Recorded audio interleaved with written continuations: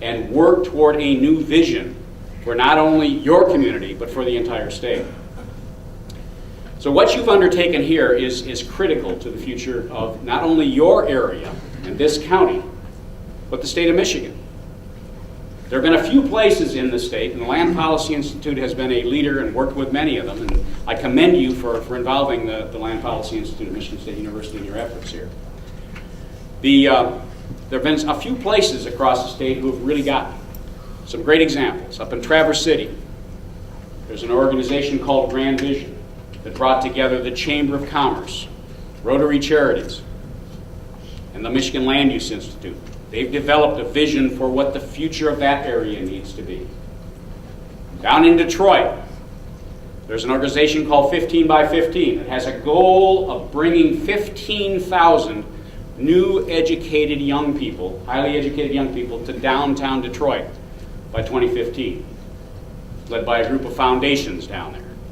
They're the ones that are working so hard on that Woodward corridor to, for the first time in many, many, many years, have a light rail system in Michigan's major city. And by the way, Detroit is the largest metropolitan area in the world without a train system, the largest in the world.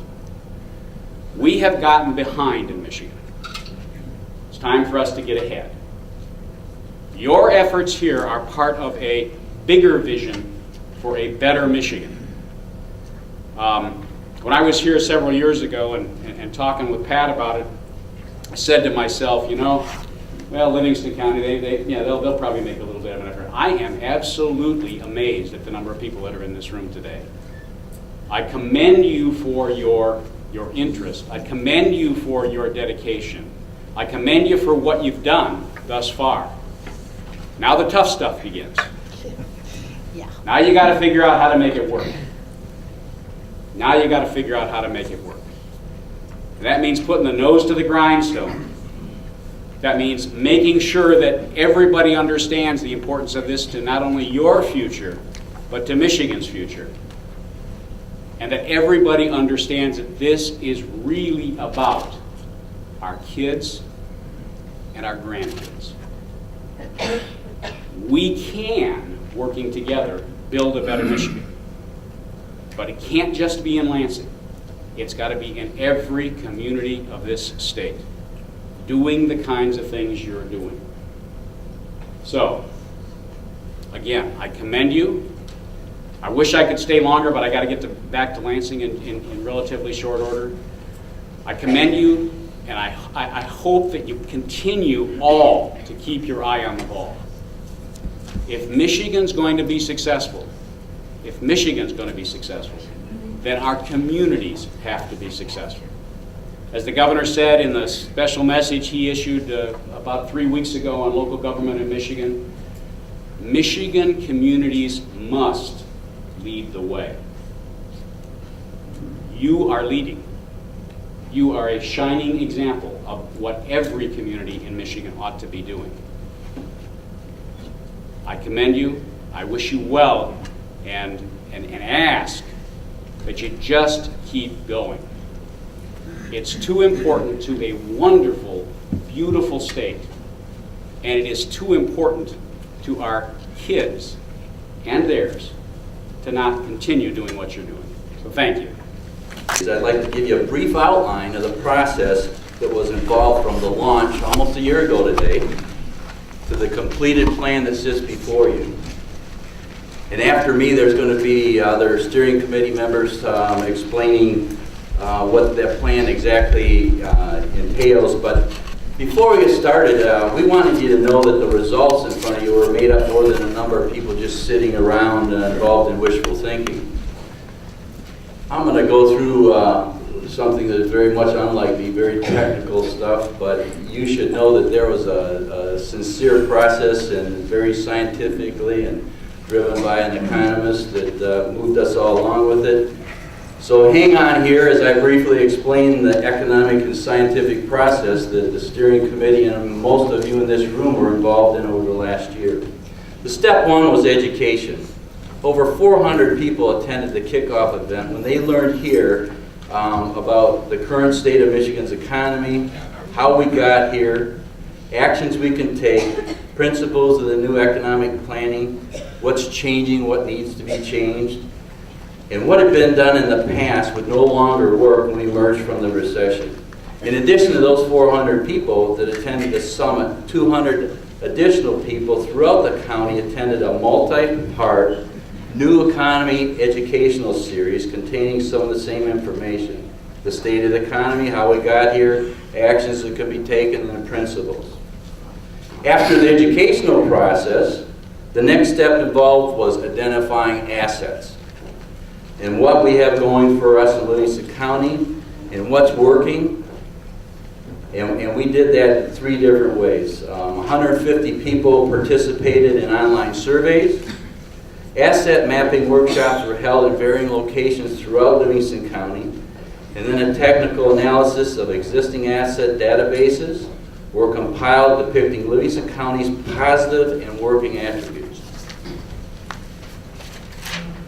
After asset visioning came element identification, vision element identification.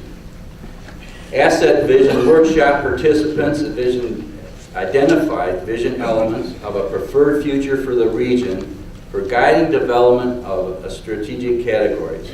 What were the elements that were containing the most potential and for us to look forward to in the future? And how do we become the place that people value in terms of quality of life, a good place to live, and a good place to work? It's all about sense of place. After visioning came technical analysis. Is this exciting or what? Hang on. From an economic perspective, what held the most promise? The 6 methods of economic analysis were cluster analysis. That's where clusters of groups of interrelated industries that drive wealth and created in a region. Gazelle analysis. It's when a company goes through rapid growth experience for an extended period of time. Startup analysis. What businesses and industries have experienced or might realize in a county, in our county or a region over the 5-year period. Occupational cluster analysis. That looks at a cluster related occupations and compares our number to state national averages, and it tells us the concentration of skills we have here locally. And quantitative asset analysis. That looks at the numbers behind the assets and puts numbers to assets identified during all those workshops. So we had education, we had asset identification, we had visioning elements, and we had existing economic analysis. Then came the actual plan or strategic development. And after all the above information was realized, we now had to filter it down into a workable plan and make assessments of what we had. The broad categories were developed on a basis of assets and visioning. The steering committee generated 13 categories of top elements on planning to focus, and those needed to be prioritized in more achievable and realistic goals. We arrived at 5 broad categories that you see before you today. These will lead to a public development of action strategies. The action strategies were then prioritized through cloud tagging. Yeah, this is cool. That's a computerized method where all this data was input into a cloud tagging program, and it showed how many times certain words came up or certain key phrases came up, and that was pulled into the data analysis also. The steering committee determined the prioritization of key strategies, and those are what you're going to hear about this morning. Sounds pretty simple, right? I think I speak for all of us on the steering committee when I say we developed a profound respect for Glenn Pape's skill as a facilitator and an expert in guiding us through this whole process. He demonstrated patience and persistence of Job as we debated, we argued, and we voted our way through.